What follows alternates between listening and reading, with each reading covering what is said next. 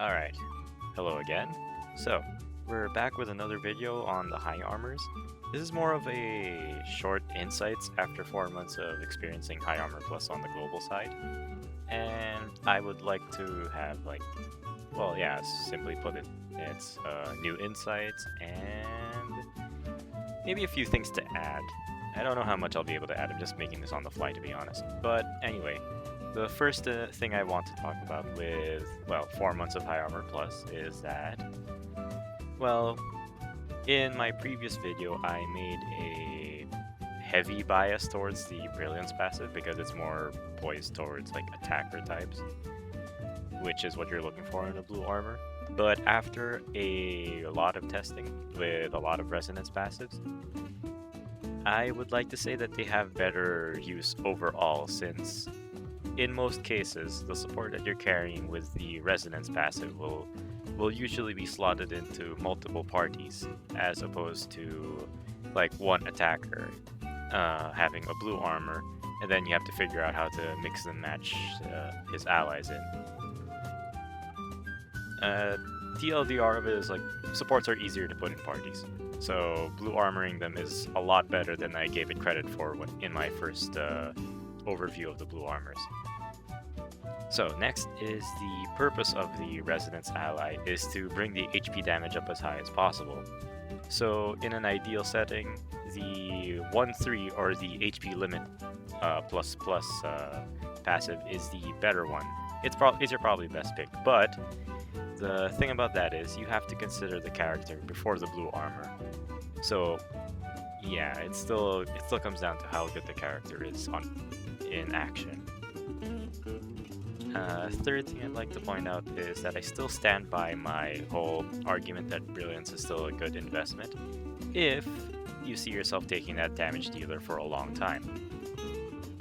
One other thing with the insights for High Armor Plus is that HP damage up effects have a more significant effect over HP damage limit, blue armors in general, because HP damage up effects have been increasing on the global side, and to be honest, even on the JP side, since more characters are getting more HP damage up for themselves or for the party, or tied to a debuff, etc.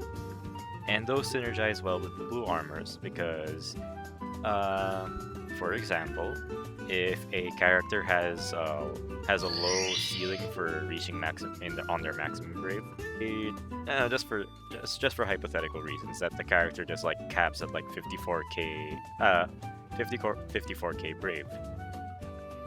If you have a high enough HP damage effect, they can still reach for like up to 10k or 13k. Anyway, the next insight I'd like to point out is on the JP side, because the trends on the JP side have also stepped towards raising everyone's HP damage limits. The most blatant one is the Ultima weapons, which are the Crystal level 90 exclusive weapons that will come around in around January, I believe. Yeah, January, yeah. And as well as more BT pluses that will...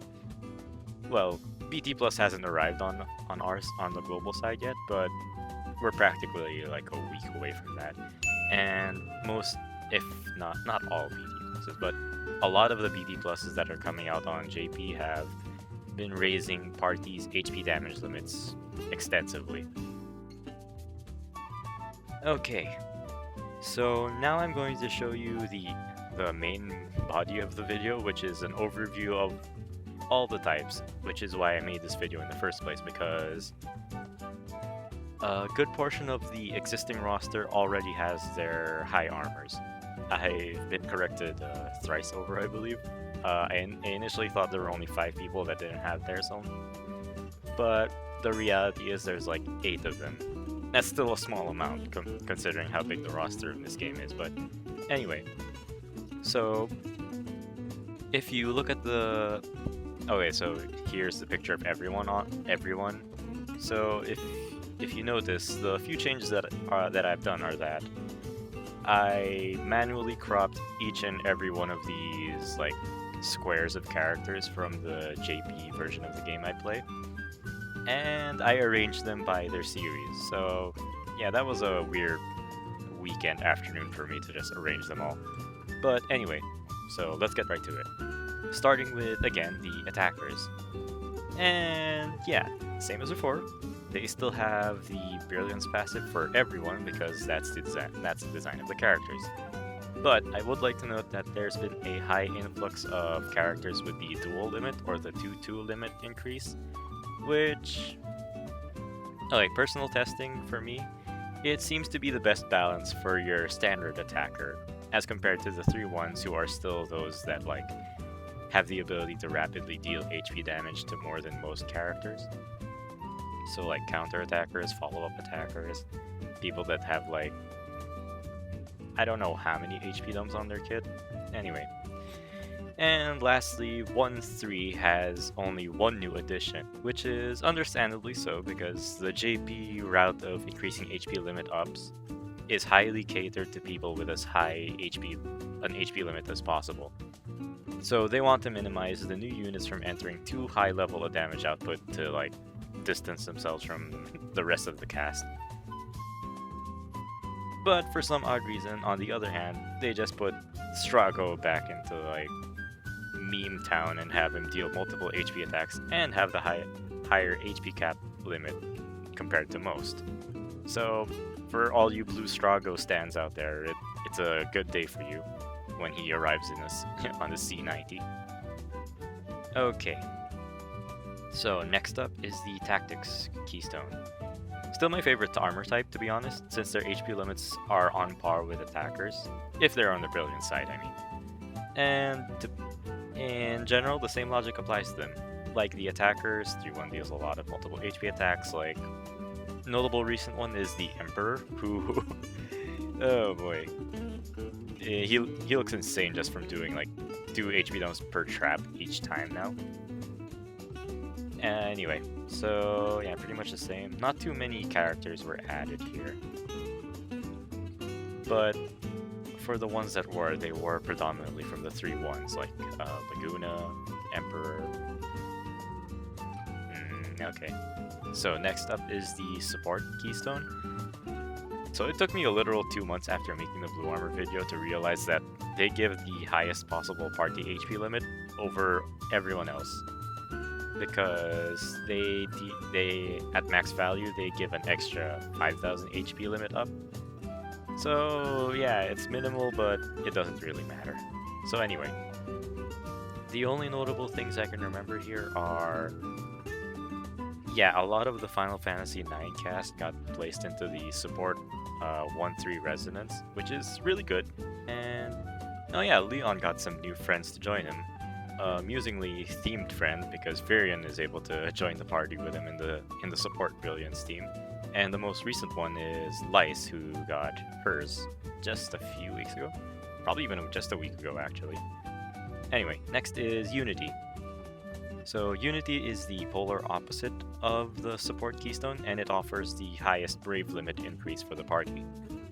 To be honest, Brave limit has a main benefit to those that rapidly dump their HP and don't have enough hits to make it count.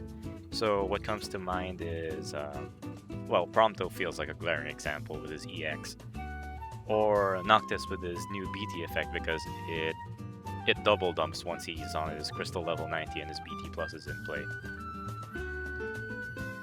Party Brave limit is also good for characters that deal HP damage repeatedly and or have few hits that need a little reach maximum HP damage.